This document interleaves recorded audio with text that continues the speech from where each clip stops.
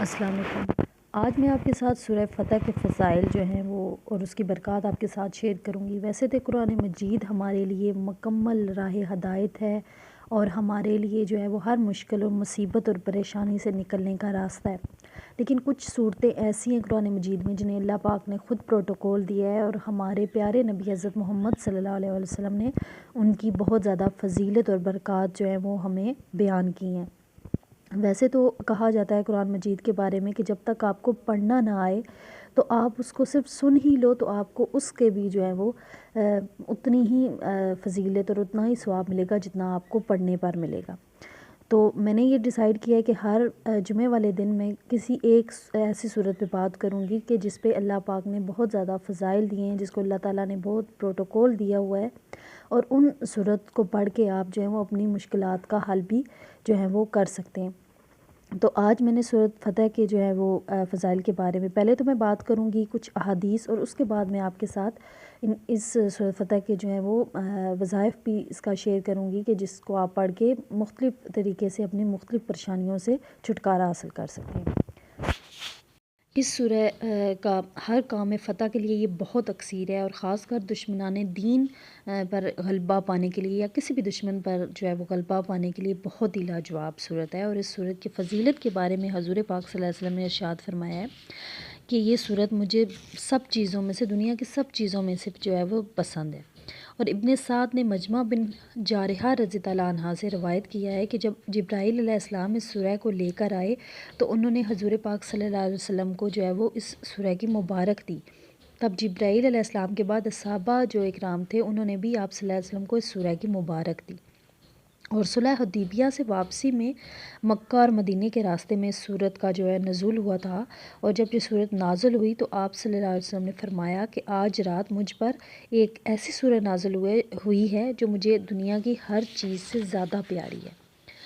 اسی طرح بعض روایت میں آتا ہے کہ حضرت انس رضی اللہ عنہ سے روایت کیا جاتا ہے کہ حضور پاک صلی اللہ علیہ وسلم نے اس سورہ کے نزول کے بعد فرمایا کہ مجھے یہ سورت زمین کی ہر چیز سے زیادہ پیاری ہے، اور جو آدمی اس سورہ کو رمضان المبارک کی پہلی رات میں یاد کرے گا تو اسے قرآن مجید کو جو ہے وہ یاد کرنے کا ثواب ملے گا، اور اسے قرآن مجید جو ہے وہ حفظ کرنے میں آسانی رہے گی۔ یہ تو کچھ احادیث تھی اس سورہ کے بارے میں۔ اب میں اس سورہ کے یہ سورہ جو مسائل حل کر سکتی ہے اس کے بارے میں آپ کو جو ہے وہ کچھ وظائف شیئر کرتی ہوں کہ اگر آپ کہیں سفر پہ جا رہے ہیں، آپ کو سواری کا ڈر ہے، بعض لوگوں کو جہاز میں بیٹھنے سے ڈر لگتا ہے یا گاڑی میں بھی بیٹھنے سے ڈر لگتا ہے کہ ایک جگہ سے دوسری جگہ آپ یہ چاہتے ہیں کہ بخیر عافیت آپ پہنچے، تو سفر پر جاتے ہوئے آپ ایک دفعہ سورۃ فاتحہ کو پڑھ لیں گا، اس کے آپ جس بھی سواری پر بیٹھ کے پڑھیں گے تو وہ حفاظت اور امن کے ساتھ آپ اپنی جو ہے وہ منزل پہ پہنچ جائیں گے۔ اچھا، اس کا دوسرا بڑا فائدہ یہ ہے کہ جس کام میں فتح آپ کو چاہیے، کوئی بھی آپ کا مقصد ہو، کسی بھی بارے میں آپ کا مقصد ہو، جائز مقصد ہو، تو اس سورہ کو آپ 41 مرتبہ پڑھ کر اس کام کو کرنے کے لیے جائیں تو انشاءاللہ آپ کو اس کام میں کامیابی اور نصرت ہوگی۔ بس شرط یہ ہوتی ہے اللہ پہ یقین کی، اور دوسری یہ کہ آپ کا کام جو ہے وہ جائز ہو۔ اچھا، اگر کوئی شخص چاہتا ہے کہ اس کے کاروبار میں اور فروانی دولت کے متعلق لوگ حسد کرتے ہیں نا، لوگ آج کل کہتے ہیں کہ ہاں، اپنے دکھوں سے لوگ اتنا دکھی نہیں ہوتے جتنا لوگوں کے سکھ سے جو ہے وہ لوگ دکھی ہوتے ہیں۔ تو آپ یہ چاہتے ہیں کہ اگر آپ کے متعلق کوئی حسد نہ کرے تو اس سورہ کو 40 روز تک روزانہ ایک مرتبہ آپ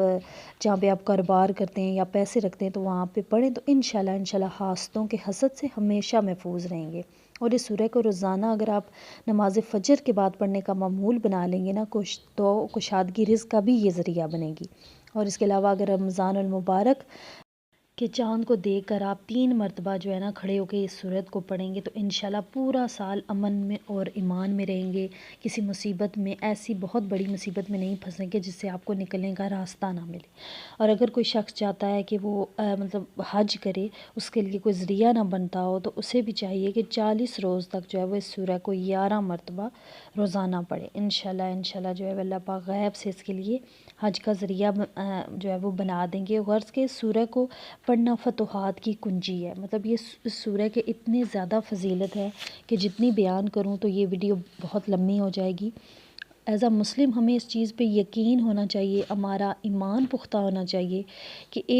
اس قرآن پاک کی صورت میں ہمیں ہر وہ چیز مل سکتی ہے۔ صرف بسم اللہ الرحمن الرحیم پڑھنے سے بھی ہماری ہر مشکلات حل ہو سکتی ہیں۔ ایز اے مسلم ہمارا یہ عقیدہ اور ایمان مضبوط ہونا چاہیے۔ لیکن ہم کیا کرتے ہیں، ہمیں پتہ تو ہے کہ یہ چیزیں ہم واقعی میں ہیں، لیکن واقعی اثر کرتی ہیں، لیکن اس طرح سے ہم جو ہے وہ اس چیز کو جو ہے وہ لیتے نہیں ہیں۔ جب بھی ہمیں کوئی بخار ہو یا کوئی ہلکا سا دانہ بھی، پھوڑا پھنسلی بھی نکل آئے تو ہم ڈاکٹر کے پاس جاتے ہیں، ہمیں یقین ہوتا ہے کہ